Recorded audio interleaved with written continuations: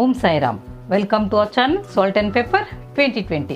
இது வரைக்கும் நம்ம சேனலை சப்ஸ்கிரைப் பண்ணாதவங்க சப்ஸ்கிரைப் பண்ணுங்கள். இன்றைக்கி நம்ம மஷ்ரூம் பெப்பர் ஃப்ரை செய்யலாங்க. பாருங்கள், நான் இப்போ ஒரு 2 பேக்ஸ் ஆஃப் மஷ்ரூம் எடுத்திருக்கேன். இது டோட்டலி ஒரு 400 கிராம்ஸ் வரும். மஷ்ரூமில் நிறைய இந்த மாதிரி மண்ணெல்லாம் வரும்.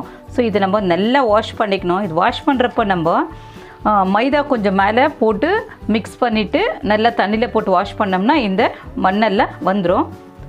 நம்ம வாஷ் பண்ணி எடுத்துக்கலாம். இப்போது வாஷ் பண்ணுறதுக்கு முன்னாடி நம்ம இதை உங்களுக்கு தேவையான சைஸில் நீங்கள் கட் பண்ணிக்கோங்க. ரொம்ப பெருசாக இருந்தால் நீங்கள் 4 கட் பண்ணிக்கலாம். சிறுசாக இருந்தால் நம்ம 2 கூட கட் பண்ணி எடுத்துக்கலாம். பாருங்கள், நான் இது கொஞ்சம் மீடியம் சைஸாக இருக்குது, அதனால நான் 2 கட் பண்ணிக்கிறேன். கட் பண்ணுறதுக்கு முன்னாடி இந்த மேலே இருக்கிற இந்த காம்பெல்லாம் எடுத்துகிட்டு கட் பண்ணிக்கலாம்.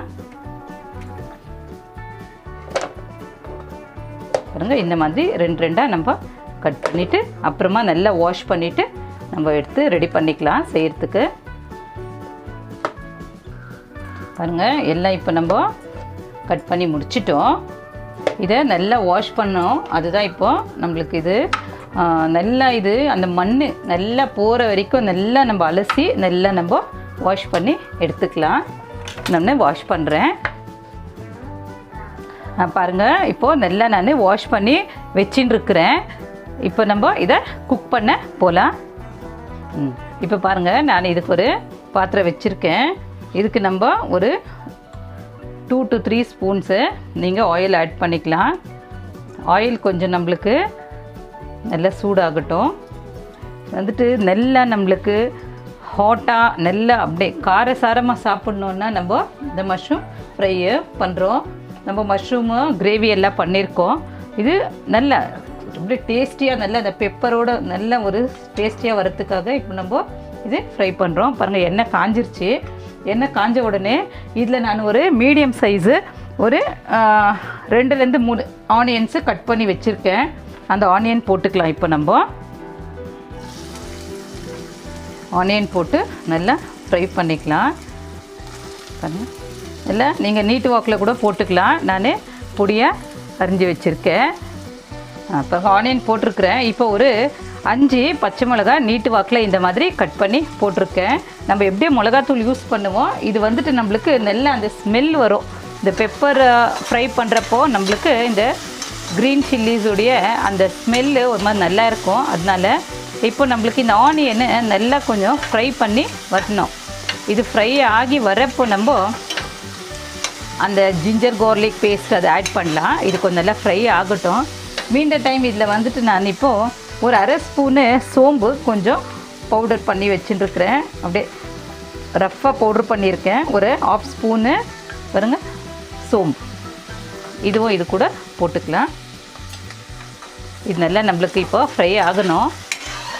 நல்லா இந்த ப்ரௌன் கலர் வர வரைக்கும் கொஞ்சம் ஃப்ரை ஆச்சுங்கன்னா அப்புறமா நம்ம ஜிஞ்சர் கார்லிக் பேஸ்ட் ஆட் பண்ணிக்கலாம். பாருங்கள், இது நல்லா நம்மளுக்கு ப்ரௌனாக இதை வதங்கி வந்துன்னு. இப்போ நம்ம இதில் ஒரு 1/2 spoon ginger 1/2 spoon garlic paste add பண்ணிக்கலாம். இப்படி ஆட் பண்ணிக்கோங்க. நம்ம ஏற்கனவே மஷ்ரூமு பிரியாணி நம்ம சேனலில் போட்டிருக்கோம். நீங்கள் டிஸ்கிரிப்ஷன் பாக்ஸில் போய் நம்ம லிங்க்கை நீங்கள் இது பண்ணி பார்க்கலாம். நம்ம இது வந்துட்டு பெப்பர் ஃப்ரை பண்ணுறோம் இல்லைங்களா, இதில் வந்துட்டு நம்ம தேங்காய் அப்புறம் டொமேட்டோ அது 2 மட்டும் தான் நம்ம இதிலேருந்து வெளியே இது பண்ணுறோம். அதை யூஸ் பண்ணுறது இல்லை நம்ம பெப்பர் ஃப்ரைக்காக. இது நல்லா நம்மளுக்கு அவ்வளோ ஒரு டேஸ்டியாக நல்லா ஒரு காரசாரமான ஒரு டிஷ்ஷாக வரப்போகுது. பாருங்கள், இது நல்லா ஃப்ரை ஆகிடுச்சு.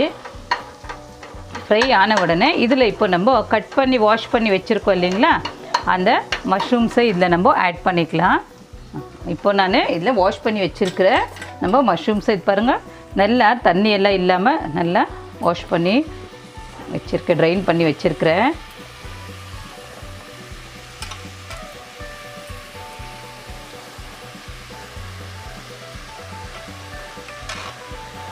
மஷ்ரூம் எல்லாம் ரொம்ப நல்லது நம்மளுக்கு.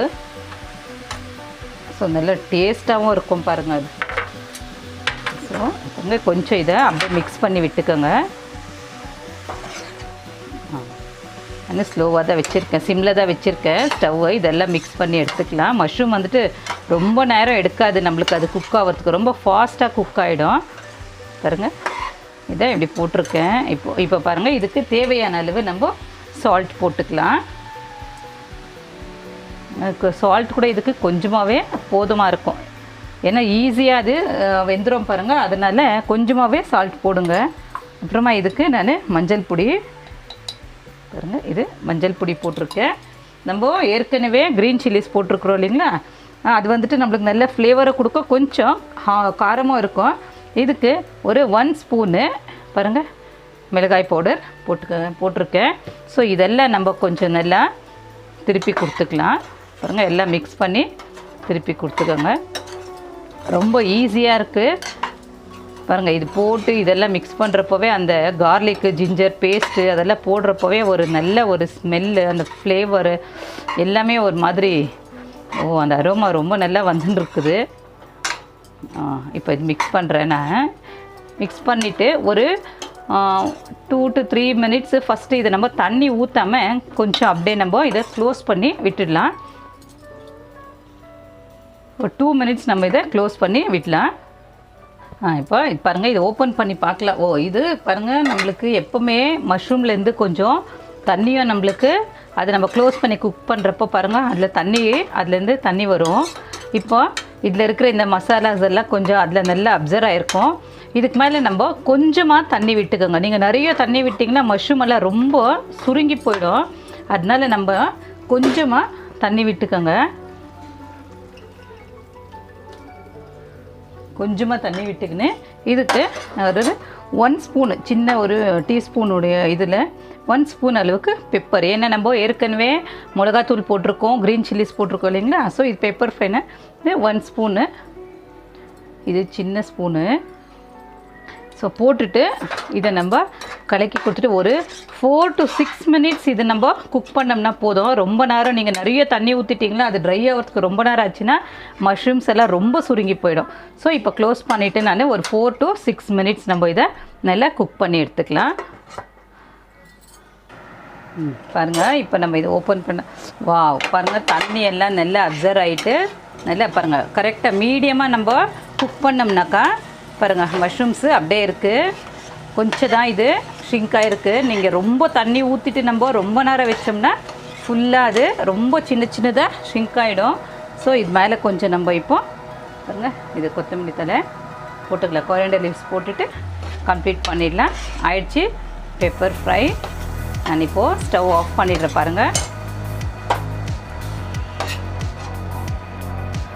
பாருங்கள், mushroom pepper fry is ready. நல்ல ஸ்பைசியான நல்ல மஷ்ரூம் பெப்பர் ஃப்ரை ரெடி ஆயிடுச்சு. பாருங்கள், டேஸ்ட் பண்ணி பாருங்கள்.